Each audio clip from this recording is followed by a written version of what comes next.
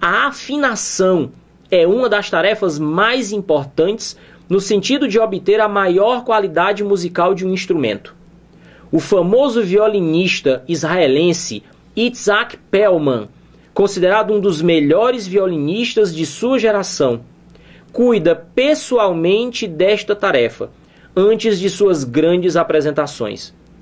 Uma das cordas de seu violino, cujo comprimento é de 50 centímetros, vibrando em sua frequência fundamental, foi afinada para a nota Lá padrão, de 440 Hz, com o seu comprimento total. A pergunta: a que distância da sua extremidade superior esta corda deverá ser pressionada para emitir a nota Dó, cuja frequência é 512 Hz? Aqui a gente vai direto para um slide em branco. Quando a gente fala sobre cordas vibrantes,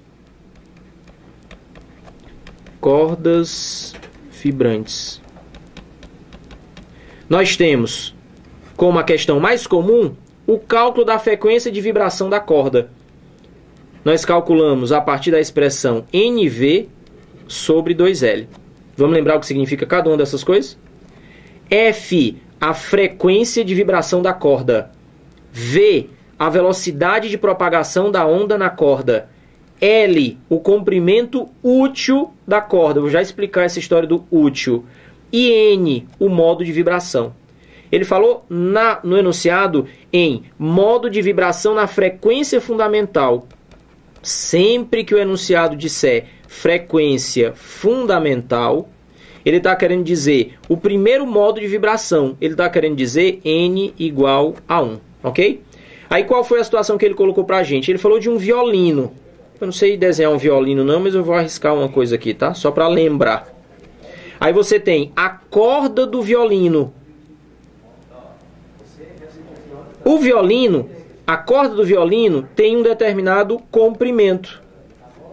O material dela determina a velocidade de propagação da onda. Nós estamos falando de frequência fundamental, esquece esse N. Isso vai determinar a frequência de vibração, ou seja, vai determinar a altura do som que você vai escutar. Grandes frequências são sons agudos, baixas frequências são sons graves. O que acontece? Quando o cara toca um violino, lembra como é que é a postura? Ele encaixa o violino aqui no pescoço, com uma das mãos ele vai premendo a corda, diminuindo o comprimento útil dela ou aumentando o comprimento útil dela. E vai premendo as cordas com a crina de cavalo que tem naquele bastão. É muito parecido, por exemplo, com o que acontece num violão, numa guitarra, num baixo, onde aquela mão que fica aqui no braço do instrumento, que hora vem mais próximo, hora vai mais distante, o que acontece? Vamos voltar para o slide. Quando você pressiona a corda, vamos imaginar um ponto de pressão bem aqui, ó. A onda vai ficar propagando só nessa parte da corda. Esse outro restante da corda aqui, ó, ficou inútil temporariamente. O que acontece quando você mexe com o comprimento útil da corda? Automaticamente você muda a frequência do som emitido. Daí o que acontece? No início, ele disse que usou todo o comprimento da corda, vou chamar isso aqui de L0, que é de 50 centímetros. E conseguiu com isso uma frequência, que era a frequência do Lá padrão, vou chamar de frequência inicial, de 440 Hz. Aí ele fala que vai pressionar a corda em algum ponto. Pessoal, pressionar a corda em algum ponto significa dizer diminuir o seu comprimento útil. Olha para a expressão. A frequência escrita lá em cima e o comprimento escrito lá embaixo são grandezas inversamente proporcionais. Se ele vai escolher um comprimento final menor, que eu não sei quanto é, isso vai fazer com que a frequência aumente. De fato, ele diz que consegue agora um Dó com 512 Hz. A pergunta dele é: a que distância da extremidade superior, vamos aqui no meu desenho, a que distância da extremidade superior, vamos chamar isso aqui de X, eu devo pressionar a corda? Agora, observe uma situação importante, me escuta, mas não tira o olho da figura. A expressão para o cálculo da frequência da corda vibrante sempre trabalha com o L, que é o comprimento útil da corda, ok? O comprimento útil, aqui a gente chamou de L0, o comprimento total, e esse L aqui, o comprimento final. E o que ele me pediu foi para calcular o x, a distância de onde eu apertei a corda até a extremidade superior. Cuidado na hora de apresentar a resposta. Bom, olhando para a expressão, nós temos nas duas situações o mesmo modo de vibração, a frequência fundamental quando n é igual a 1. Se é a mesma corda, e eu disse na questão anterior, o meio determina a velocidade de propagação da onda, então não muda a corda, não muda o meio, não muda o material, o V permanece constante. Além do que, esse 2 é uma constante matemática. Se nós pegarmos essa expressão, separando as grandezas variáveis para um lado, o L está aqui dividindo, vai passar para lá multiplicando, F vezes L. E deixarmos do lado direito apenas as grandezas constantes, olha o que eu encontro. O produto, nesta situação, o produto da frequência pelo comprimento é constante. Quando o produto de duas grandezas é constante, essas grandezas são chamadas inversamente proporcionais. Tem tudo a ver com o que a gente falou antes. Diminui o comprimento útil da corda, aumenta a frequência. Agora, então, observe o que é que eu estou dizendo em termos de matemática. Que se eu multiplicar a frequência inicial pelo comprimento inicial, isso vai dar o mesmo resultado da frequência final pelo comprimento final da corda. Observe que é uma expressão com 4 grandezas, cujos valores são conhecidos de 3 delas. E eu quero saber a quarta. Então, nós temos aqui a frequência inicial, 440 Hz. O comprimento inicial da corda, que é a corda inteira, como ele disse no enunciado, 50.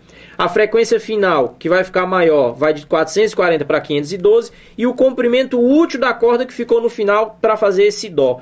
Nós vamos aqui ter um L que é 440 vezes 50 dividido por 512. Isso aqui vai dar mais ou menos 42,9, mais ou menos 43 centímetros.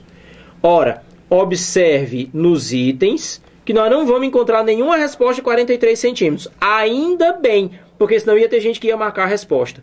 Ora, a corda total tem comprimento 50 centímetros.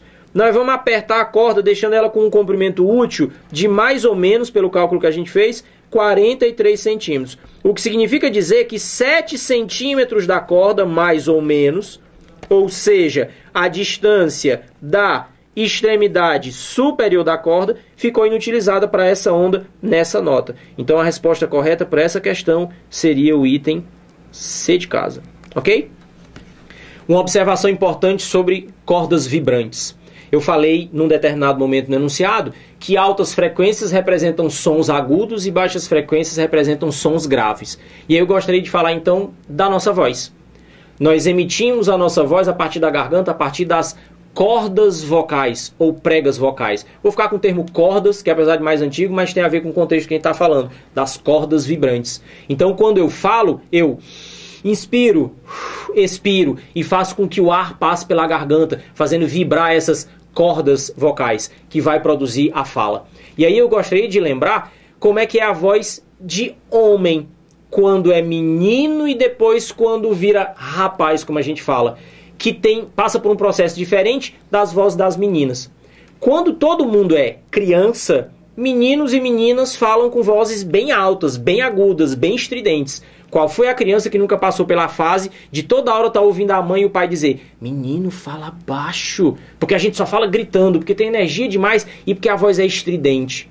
As meninas ficam com o mesmo tom de voz basicamente a vida inteira, até se tornarem mulheres adultas.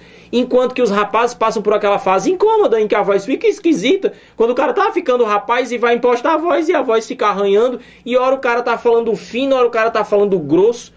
Qual foi o menininho que estava virando rapaz e nunca virou piada na reunião de família, porque os tios começam a tirar: "Ei, tá ficando rapaz", que nunca passou uma vergonha quando vai falar com a menina e na hora de falar e a voz arranha. O que acontece no caso dos meninos? Pela ação hormonal, é exatamente o que faz crescer esse gogó aqui. Chega uma hora em que a nossa frequência, ela baixa. Pessoal, pelo que a gente viu, a frequência é inversamente proporcional ao comprimento da corda. Na hora que essa frequência baixa é porque o comprimento da corda aumentou. E ainda tem um outro fator. A velocidade com que a corda vibra, essa velocidade, ela depende também da densidade linear da corda. Então, as nossas cordas engrossam, mudando o valor daquela velocidade na expressão, mudando consequentemente a nossa frequência. Então, por exemplo, quando você vai fazer dublagem de filme e tem que fazer a dublagem da voz de uma criança, não se bota um homem adulto para imitar uma voz de uma criança, bota uma mulher para fazer. Isso são as diferenças entre as vozes masculinas e femininas no geral. Lembrando que nós temos exceções. Tudo bem?